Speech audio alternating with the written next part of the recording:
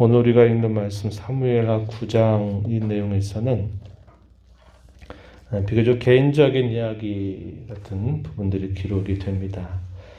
이 내용에 보면 다윗이 요나단의 아들이었던 이 무비보셋을 만나게 돼서 이 무비보셋을 항상 자기가 먹는 그 식탁에 그를 항상 함께 초청하고 그리고 그의 가정을 회복시키고 그를 돌보는 이 다윗의 모습이 잘 표현되어 있음을 보게 됩니다. 다윗의 왕권이 강화가 되고 그의 나라가 든든하게 서게 되고 그것이 하나님께서 그와 함께 하셔서 그에게 이런 많은 은혜들을 베풀어 주시게 되었을 때 다윗은 하나님께서 그렇게 해주신 그 은혜를 기억하고서 그 모든 영광을 늘 하나님께 돌리는 일을 잊지 않았다. 이런 말씀 우리가 나눴었죠. 뿐만 아니라 대내적으로 충성스러운 사람들을 그의 곁에 세워서 함께 그 나라가 정의와 공의를 행하는 그런 나라가 되도록 힘을 기울였다 그랬습니다.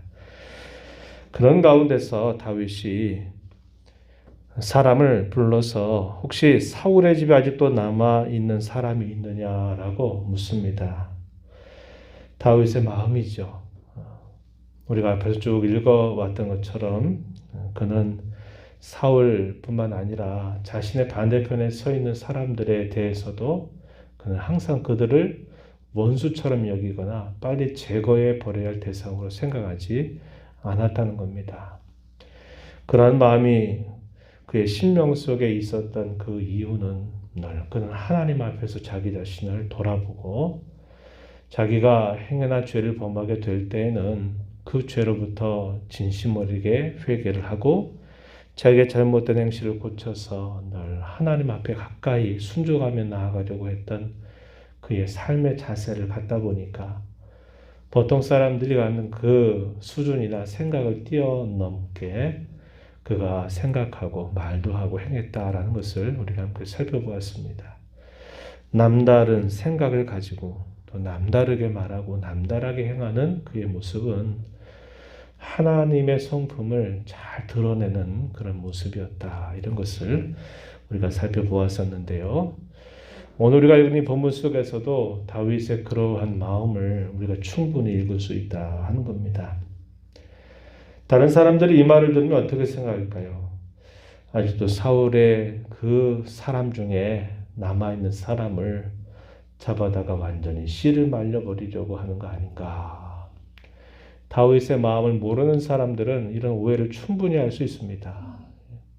일상적으로 있을 수 있을 만한 그런 생각이요 말이기 때문에 그래요. 그러나 다윗은 그 의도에 대해서 뭐라고 말하냐면 이어지는 말씀 1절 계속해서 보면 하반절에 이렇게 말합니다. 내가 요나단으로 말미암아 그 사람에게 은혜를 베풀고자 한다. 혹여나 살아남아 있는 사람이 있다면 내가 그에게 은혜를 베풀겠다. 이렇게 말을 하는 것입니다. 요나단과 다윗은 아주 각별한 사이였습니다. 하나님을 가운데 중심으로 모시고 살았던 두 사람 사이의 관계는 다윗이 아주 곤란한 지경에 죽음의 위협 앞에 놓여 있을 때에도 그 관계는 결코 변함이 없었습니다. 요나단은 다윗이 너무나 지쳐 힘에 겨워할 때 이 다윗을 찾아가서 그를 힘있게 하나님을 의지하라고 격려하고 그에게 축복을 해주었던 그런 인물이죠. 그러나 안타깝게도 사울이 블레셋과의 전쟁에서 전사하는 가운데 요나단도 함께 죽음을 당하게 된 것입니다. 그는 이 요나단을 생각하면서 요나단과 함께 살아있는 동안에 서로 약속했던 그 약속의 내용을 비록 그가 떠나가고 없는 상황이지만 그 요나단에게 속해 있는 어떠한 사람이라도 있다면 내가 그 약속을 지키겠다라고 하는 마음을 갖는 것입니다. 사람이 그 자리를 떠나고 없어져도 그 사람에게 약속했던 것을 끝까지 지키려고 하는 신실한 다윗의 마음이 잘 표현되고 있음을 보게 됩니다.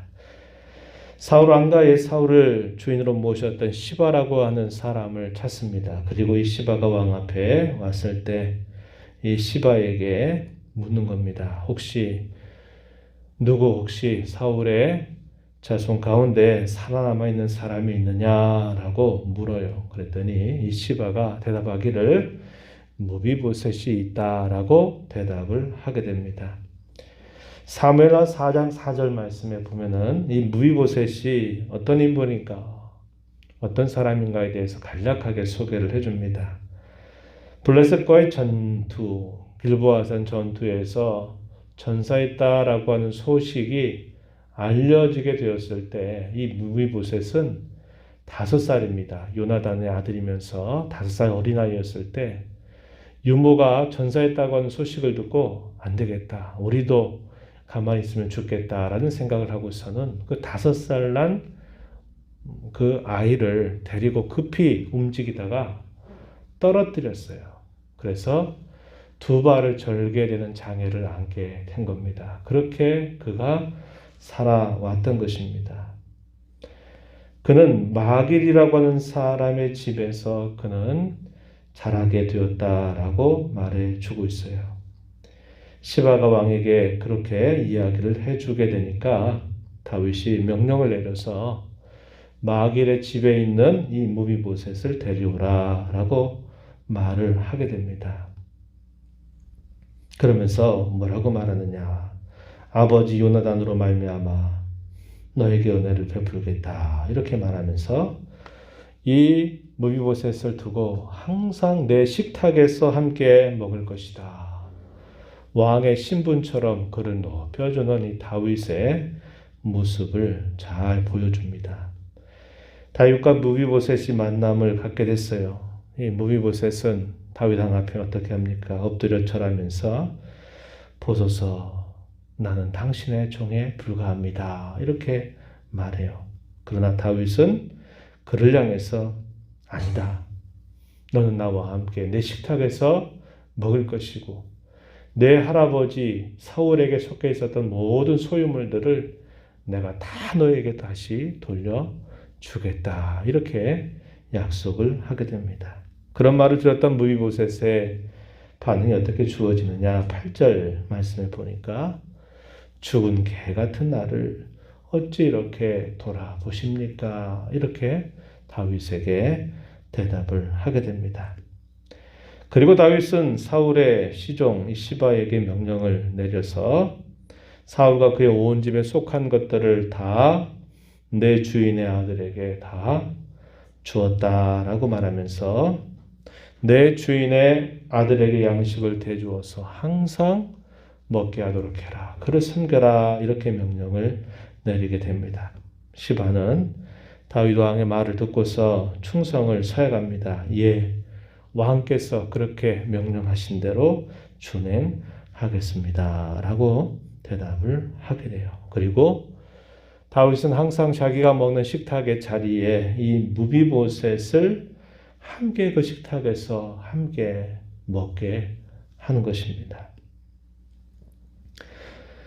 이 표현이 10절 하반절 보시면은 표현되어 있죠. 10절 하반절 보면은 항상 내 상에서 먹을 떡을 먹으리라 이렇게 표현했어요. 11절 하반절에서도 무비보셋은 왕자 중 하나처럼 왕의 상에서 먹으니라. 13절 앞부분에서도 무비보셋이 항상 왕의 상에서 먹었다 이렇게 말합니다. 다윗의 대하는 그의 마음가짐 한결같은 마음이죠. 그가 한 말에 대해서 그가 그 말을 끝까지 지켜가는 그런 모습을 보여주고 있다는 겁니다. 그리고 항상 그는 그 사울의 왕가에 속해 있는 사람들을 원수처럼 생각하지를 않았다 하는 것을 우리 다시 한번 확인하게 되는 겁니다. 무비보셋은 자기가 받는 그 호의에 대해서 어찌할 줄 몰라 하는 거예요.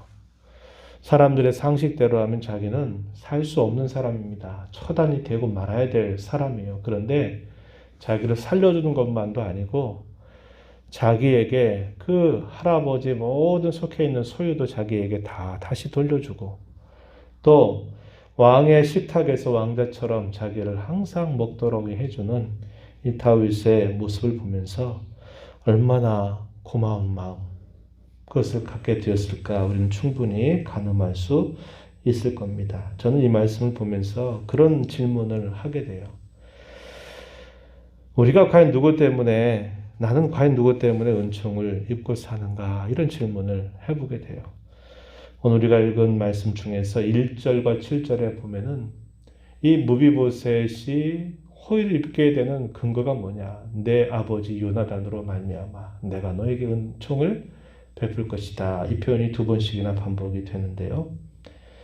과연 우리는 누구 때문에 이런 큰 호의를 입고 살까라는 생각을 던져보면 우리는 우리 주 예수 그리스도 때문에 받을 수 없는 과분한 은혜를 늘 받고 사는구나. 하나님께로부터 늘 은혜를 입고 사는구나 하는 것을 알게 되는 것이죠. 그렇다면 과연 그 예수님이 과연 우리와 무슨 관계가 있기 때문일까요? 무비보셋은 그를 낳아준 아버지가 요나단이기 때문에 그래요. 끊을 수 없는 혈연 관계에 묶여 있다는 거예요. 그러나 예수님과 우리의 관계를 생각해 보면 사실 아무런 관계가 없는 거죠. 그분은 하나님이시고 우리는 하나 피조물에 불과한 아무것도 아닌 자에 불과한데도 우리를 사랑하시기 때문에 그분이 기꺼이 우리의 충보자가 되어 주시기로 하신 겁니다. 그래서 우리가 늘 실수하고 죄짓고 또 악습들을 끊지 못하고 반복하고 이런 어리석음을 늘 반복해도 하나님께서 늘 은혜의 얼굴빛을 우리에게 향해 주셔서 우리에게 은혜를 베푸시는 것은 우리 주 예수 그리스도의 공로 때문임을 다시 한번 알게 되는 겁니다. 이런 말씀을 통해서 우리가 얼마나 하나님께로부터 큰 은혜를 받은 자인가.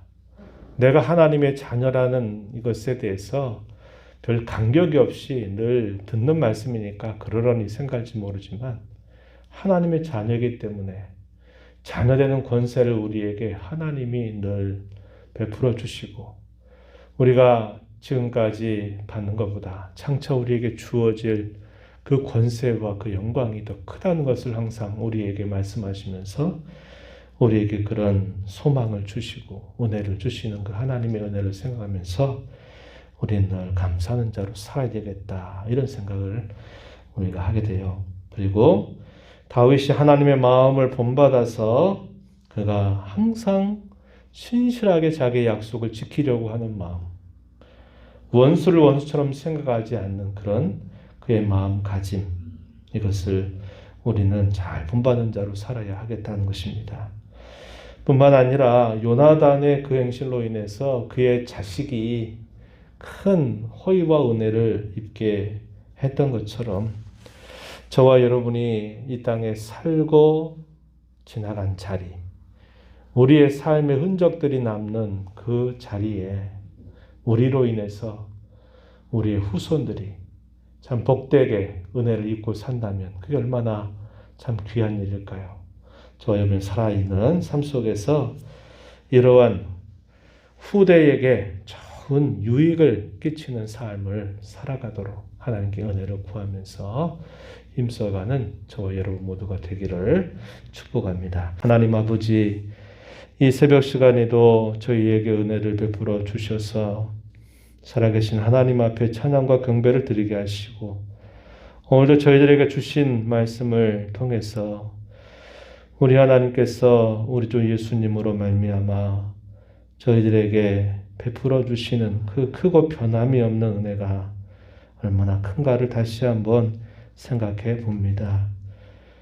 요나단과 다윗 사이에 맺었던 그 언약을 끝까지 기억해서 그 아들에게 호의를 베풀고 사랑을 베푸는 다윗의 모습을 보면서 그가 얼마나 한결같은 사람이며 얼마나 하나님의 성품을 닮아 본받는 자가 되었는가를 제가 다시 한번 살펴봅니다.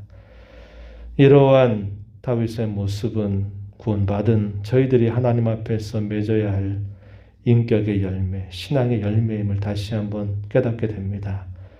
이런 성품을 잘 드러내서 하나님께 영광이 되는 삶이 되게 하시고 이런 것들이 저희들의 후손들에게 대대손손 좋은 유익을 끼칠 수 있는 복된 삶을 살아가도록 인도하여 주시옵소서.